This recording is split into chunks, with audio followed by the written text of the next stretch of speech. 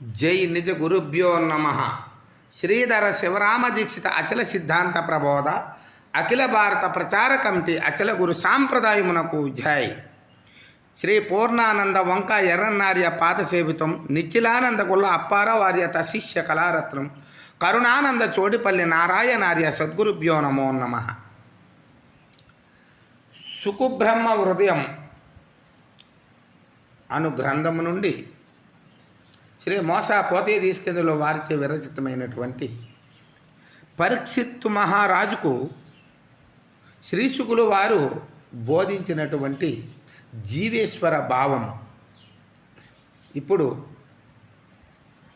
భావమా కర్మ ఫలంబు బట్టి కలుగున్ ప్రాపించు కర్మంబునాయవనితంబగు మానసంబు వలనను నా మానసంచారియున్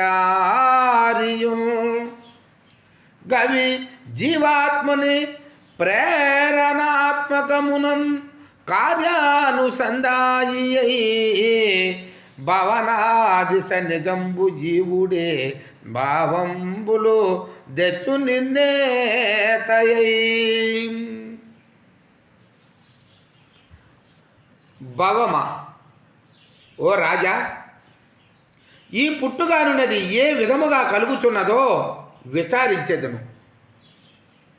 ముందు చెప్పిన విధముగా శేషించిన కర్మను అనుభవించుటకే పుట్టుచున్నాము. కాబట్టి అంతటిలో ఆగిపోకుండా పుట్టిన తర్వాత మరలా కర్మలు చేయుచున్నందున ఈ కర్మలు తిరిగి జననమునకు తీసుకొని వచ్చుచున్నవి. అయినచో కర్మ నివారణ మెట్లగును, జననము లేకుండా ఉండుటెట్లు అనునది విచారించినచో జీవుడే అన్నిటికీ కారణమగుచున్నాడు. ఇక జీవాత్మని ప్రేరణ వలన మనోబుద్ధి చిత్త అహంకారములు కార్యములు చేసి కర్మను కూడగట్టుకొనుచున్నవి. ఆ కర్మ ఫలితముల వలన తిరిగి పుట్టవలసి వచ్చుచున్నది. అందుకు జీవుండి తనువందు నుండు వరకు శతంబుతో కూడి సంభావించున్ తత్వస్వదృశ్యములు దాభ్రాంతుండుయై కర్మములు గావించును త్రిశరీర బంధయుతుడై కర్తృత్వమే పారగా జీవుండే తొలబంధ కారణమగున్ సిద్బింబితాకారుడై. జీవుడు ఈ తనువులో ఉన్నంత వరకు చిత్తముతో కలిసి భ్రాంతి పరవశుడై సకల దృశ్యములు చూసి కర్మములు ఆచరించుచున్నాడు. మనోబుద్ధులకు కేంద్రమైన ఈ చిత్తము స్థూలదేహమనందు సూక్ష్మదేహమనందు కారణదేహమందు కూడా ఉండుటచే అతడు ఆచరించు కార్యములకు కర్తృత్వము కలుగుచు అనుభవించవలసి వచ్చుచున్నది. కావున ఈ జీవుడే ఈ కర్మబంధములకు తొలి కారణముగా చిత్తముతో కలిసి బిందు స్వరూపుడై ఉన్నాడని తెలియవలను. అందుకు తదనంత కరణము మాయ కదియును తజ్ఞాన బిందూది తంబగు క్షేత్రాజ్ఞుడు జీవదేవులను శుద్ధమాయక్తమై నెగడును జీవుడు స్థూలదేహ వసతన్ నిస్తుతా తత్వుండగున్ భగవానుండగు బిందు రూప తతుడై ప్రజ్ఞానమాతృండుయై. అప్పుడు జ్ఞానము మనసు బుద్ధి చిత్తము అహంకారము అనునవి అంతఃకరణములు. ఇందు ప్రధానమగు జ్ఞానము ఆ బిందు స్వరూప ఆధిక్యత వలన క్షేత్రార్జునుడై ఉన్నాడు. ఈ క్షేత్రార్జునునకు మాయ భోక్తములుండవు గనుక శుద్ధ చైతన్యమూర్తిగా నీలో అనుస్వరూపము ధరించి ఉన్నాడు. అతడే దేవుడు, అతడే భగవంతుడై ఉన్నాడు. జీవుడు మాత్రము మాయవశుడై ఉన్నాడు. జీవుడు మాత్రము మాయవశుడై ఈ స్థూల దేహము ధరించి సకల కారణములకు కర్తృత్వం వహించి ఉన్నాడు. శుద్ధ చైతన్యమూర్తినే సత్తు అనియు, జీవాత్మని చిత్తనియు సచ్చిదానందము చెప్పును. ఇవియే జీవుడు దేవుడు అని ఎవరో సచ్చిదానందం చెప్పుచుండును. అందుకు భావించునోకి జీవుడే సకలమును ప్రాపంచ దోషాత్ముడై కావించున్న నిశంభు కార్యతతులం కార్యార్జనాసక్తుడై సేవించు నిజ పుణ్య పాప ఫలముల్ సిద్భోగ సమసుక్తుడై యావించున్నర ఇంద్రియంబుల నవిద్వోపాద విశ్వాత్ముడై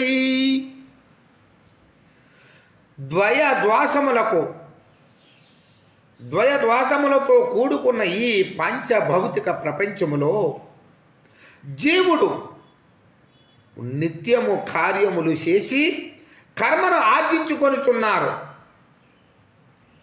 మనోభ్రాంతుల వలన కలుగుచున్న పాపపుణ్యములు కూడా అనుభవించుచున్నాడు.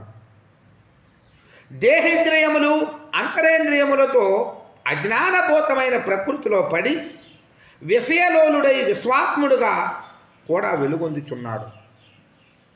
భావించగా ఈ జీవాత్ముడే సకల కర్మలకు కారణభూతుడగుచున్నాడు సుమి అంటూ ఈ విధముగా పరీక్షిత్తు మహారాజుకు శ్రీశుకుల వారు సెలవిచ్చుకుంటూ వస్తున్నారు. అందుకు అట్టి జీవాత్మ పరమాత్మలనే జీవుడు దేవుడు అని అందురు.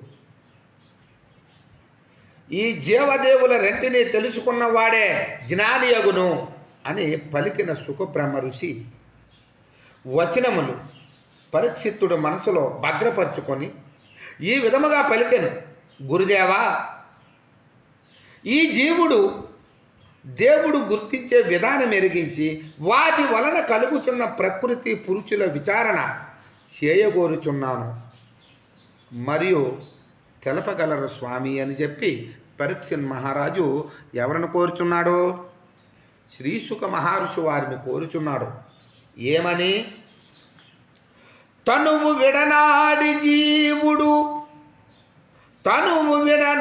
జీవుడు చనక ముందే జనన రాహిత్యమును బంధు గణ సుబోధ దెలిపి ఈ జన్మ బంధంబు త్రెంచు తండ్రి అల్ప ప్రాణిని గురుదేవా యగ వినాశ.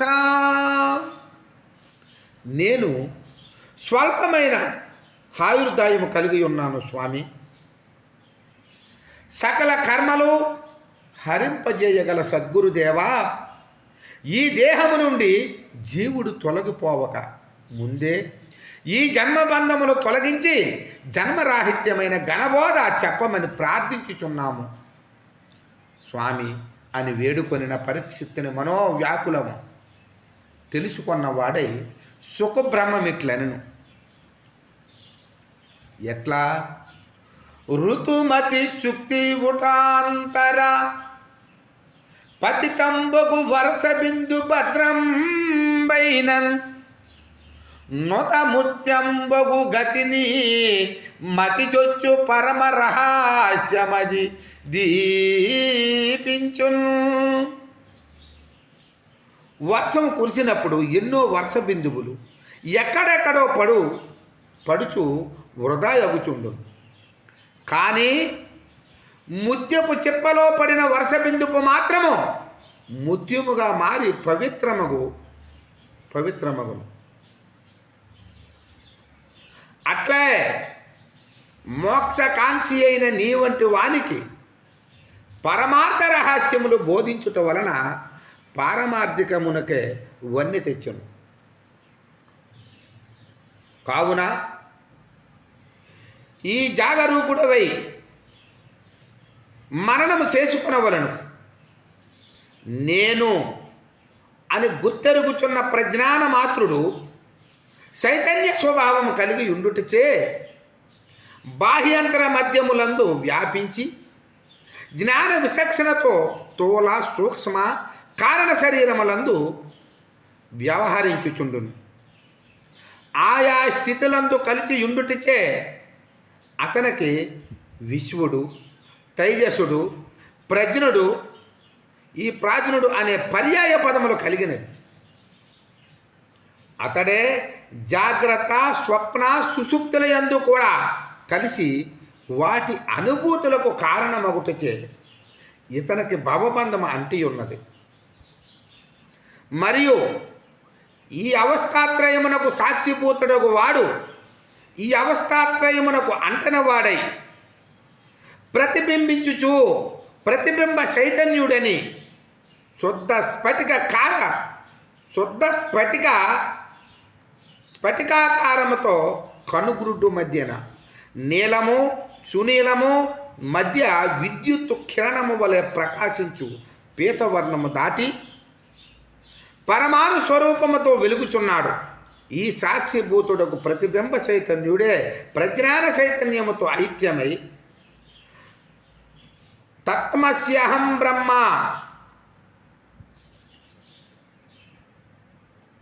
స్వయమాత్మ బ్రహ్మ, తత్వమస్యహం బ్రహ్మ,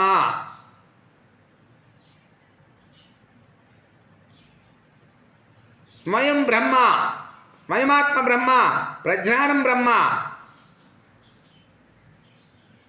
బ్రహ్మహేతి అని పలుకు. అంటే చూడండి, కలిపి పెట్టే పదాలు ఇక్కడ ఏమన్నాడు? తత్వమసి బ్రహ్మ, హయమాత్మ బ్రహ్మ,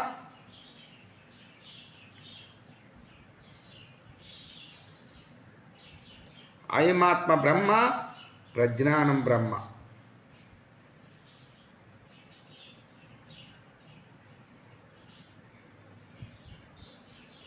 అని ఈ విధముగా ప్రజ్ఞానం బ్రహ్మ, అయమాత్మ బ్రహ్మ, తత్వమసి బ్రహ్మ ఈ రకంగా చెప్పుకుంటూ వచ్చాడు. ఎందుకని?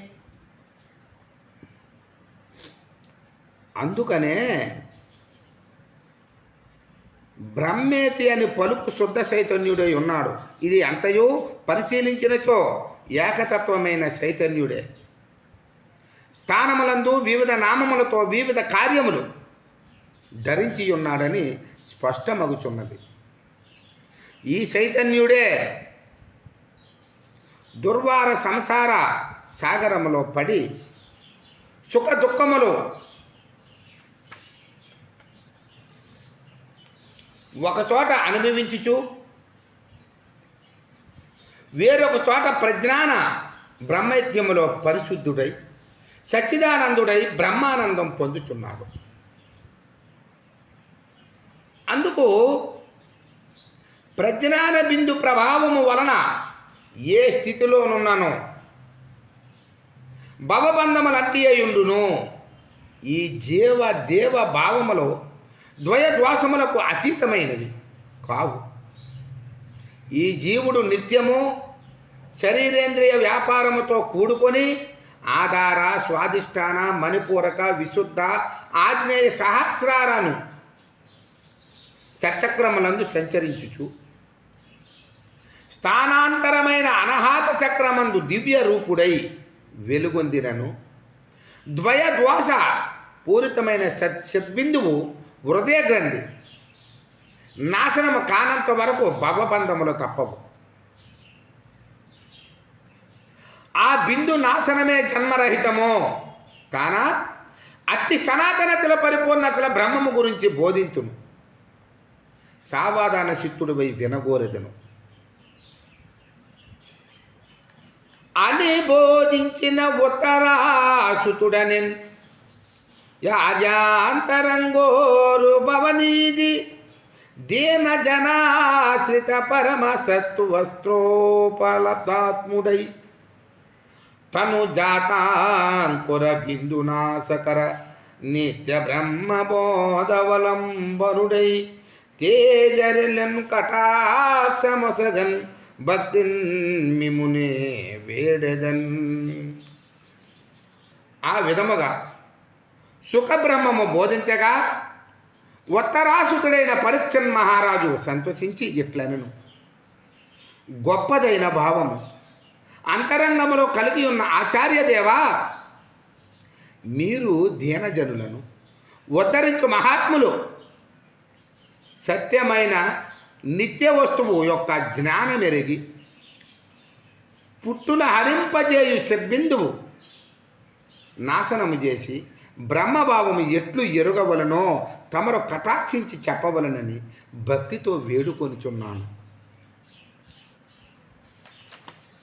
అందుకు అంటున్నాడు నాయన గారు ఏమని అని ప్రార్థించిన భూమి సునిహృత్తాపము హరింప సుఖముఖధరని ధనుజారి ఇట్టులనియను వినుమాద్వాక్యము భవ విధ్వంసమగున్ అని ప్రార్థించిన పరీక్షిత్తుని హృదయతాపము పోగొట్టనించి జననము పోగొట్టు మహాబోధను గావించెదను, శ్రద్ధగా వినవలను అని పుడమిలో తనువుతో ఉండి కూడా లేనివాడైన సుఖబ్రహ్మము పలికెను. ఈ విధముగా తదుపరి భావాన్ని మరలా మనము రేపటి తరుణములో వివరించుకుందాము. జై నిజ గురుభ్యో నమః.